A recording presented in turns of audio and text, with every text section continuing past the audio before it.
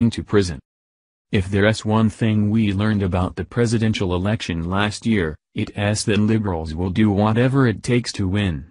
We constantly heard incidents of voter fraud taking place, where Hillary's minions were voting multiple times, and buses of people were being transported into key swing counties in order to throw the vote.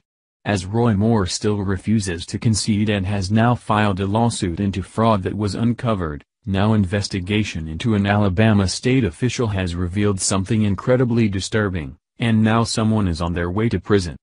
Each election cycle we constantly see evidence of liberals cheating to win, and during the Alabama state Senate race, all the signs were there.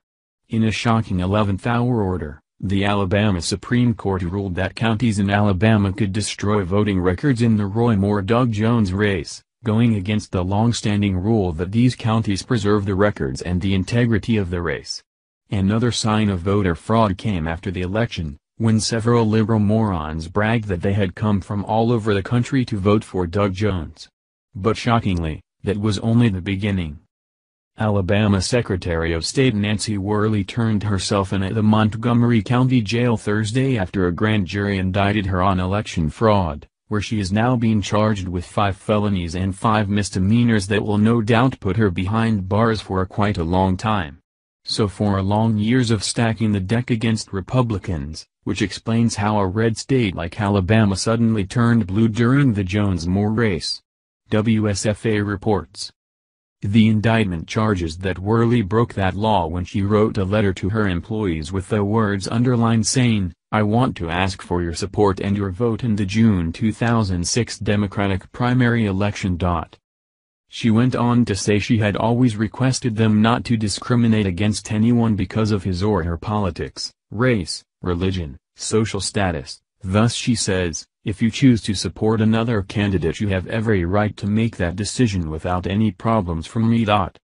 Worley's attorney says that last statement means employees were not pressured into contributing to her campaign, but Packard sees it differently.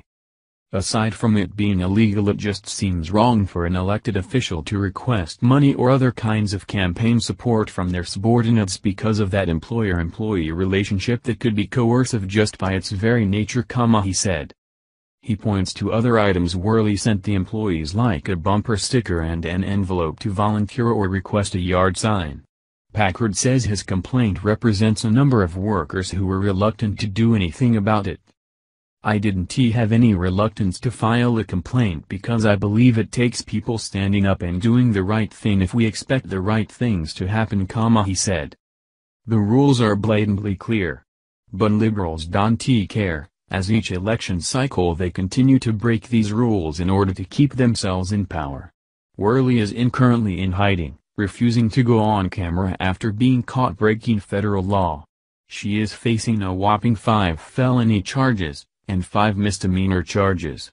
Moore is still refusing to concede the race, and is now in litigation to fight the blatant voter fraud that cost him the election. Amanda Shea from Freedom Daily previously reported it has now gone on for 2 weeks since the Republican candidate Roy Moore found himself on the receiving end of dirty politics. This was brought on by his Democrat competitor and has flat out refused to concede because of it. His determination to expose all that has been wrongfully done to him, including allegations of sexual impropriety, seems to have paid off. The special election to replace newly appointed Trump cabinet member Jeff Sessions took another dark turn which could make Moore the winner once and for all. Turnabout is fair play, and Moore has just brought it on now at the end of his relentless pursuit to exonerate himself from all the fraud and allegations used against him, the most controversial senatorial election of our time. It's pretty disturbing how liberals will not stop in their conquest to destroy this country with their shady and illegal antics, and the Alabama state Senate race was an enormous hit to the Republican Party. Jones' victory will have significant consequences for Republicans on the national level, where Democrats are now working towards capturing the last Senate seat up for grabs next year in order to gain the majority in the Senate.